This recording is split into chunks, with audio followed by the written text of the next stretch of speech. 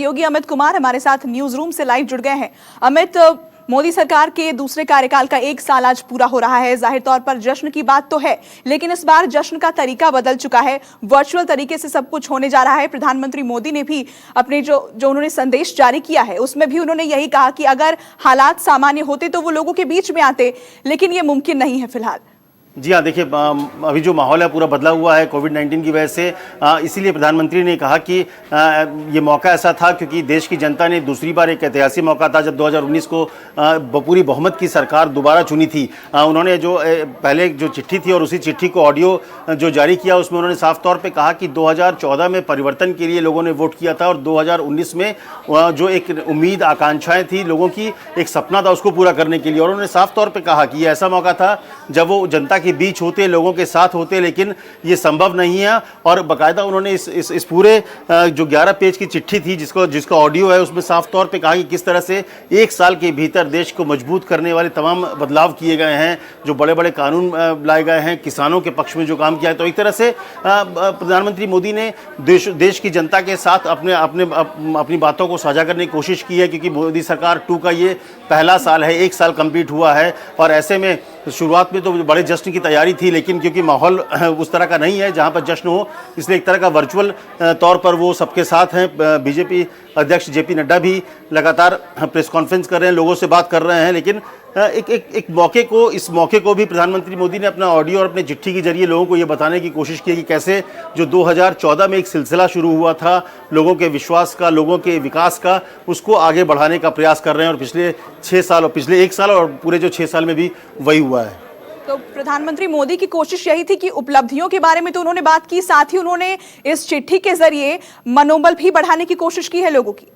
जी हाँ, निश्चित तौर पर, क्योंकि अगर आप देखिए तो अभी एक ऐसा वक्त है जब हर कहीं कोविड-19 की वजह से एक तरह का जो लगातार पिछले 3 महीने का वक्त हो रहा है, जो लॉकडाउन की स्थिति बनी हुई है, एक परेशान, एक निराशा की स्थिति से लोगों को निकालने की कोशिश प्रधानमंत्री मोदी ने अपनी चिट्ठी के जरिए की है कि एक संकट है और ऐसे में आत्मनिर्भरता, कैसे आदमी को खुद को एक मौका मिला है जब भारत में जो सामर्थ्य है, जो उसकी ताकत है, उसके जरिए वो एक बार फिर से खड़ा होगा। और ये इस बात का उन्होंने विश्वास जताने की कोशिश की है कि भारत में वो सारी चीज़ें हैं जो उसको मजबूत बनाती है। और यही वजह है कि आज हम पूरी दुनिया के बदौलत के बनिस्पत हम ज़्यादा बेहतर स्थिति में कोविड को लेकर हैं। तो लोगों का, आम जनता का एक मनोबल बढ़ाने की कोशिश भी है ऐसे वक्त पर जब पूरे देश में कोविड ने एक तरह से आप कहिए कि कहर बरपा हुआ है। हर दिन 5000 6000 संख्या आ रहे हैं, लोगों में एक निराशा आ रही है, लोगों में नौकरी नहीं है। तो ऐसे में एक तरह की कोशिश है प्रधानमंत्री की इस चिट्ठी और इस ऑडियो के जरिए कि लोगों को मनोबल बढ़ाया जाए कि ये वक्त है जब अपने को पहचानने की, अपनी ताकत को पहचानने की और अपने ताकत के दम पर आगे बढ़कर अपने आप को फिर से खड़ा करने की। अच्छा अमित, अगर 1 साल के कार्यकाल पर हम नजर डालें, 2.0 मोदी सरकार 2.0 के 1 साल के कार्यकाल पर क्या बड़ी बातें आप देखते हैं, जरा दर्शकों को ये समझाइए। देखिए, मुझे लगता है कि सबसे बड़ी बात अगर आप देखें तो कश्मीर को लेकर, अगर आप मोदी सरकार 2 की शुरुआत ही अगर हुई, जो पहला सेशन था उसमें सबसे बड़ा फैसला जो अगर आप देखें तो कश्मीर को लेकर था। आर्टिकल 370 को हटाना एक अपने आप में एक ऐतिहासिक फैसला था।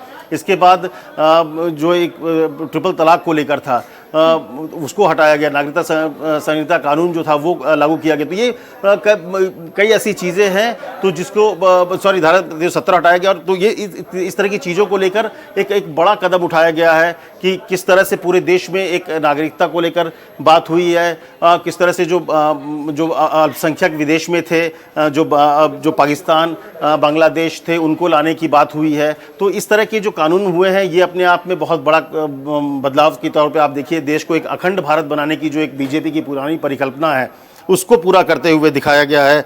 तो ये एक बड़ी चीज़ें थी। महिलाओं को लेकर जो एक तरह से ट्रिपल तलाक कानून बहुत लंबे समय से था उसको दूर किया गया है। इस दौरान हालांकि अपनी चिट्ठी में उसमें उन्होंने राम मंदिर का भी जिक्र किया है कि बहुत लंबे समय से जो एक रुका हुआ मामला था वो भी पिछले साल ही, 1 साल के दौरान ही वो भी सुलझ गया है, वो विवाद खत्म हो गया है। तो ये ऐसी उपलब्धियाँ हैं जिसके जरिए एक बड़ा बदलाव, बड़ी चीज़ें हुई है।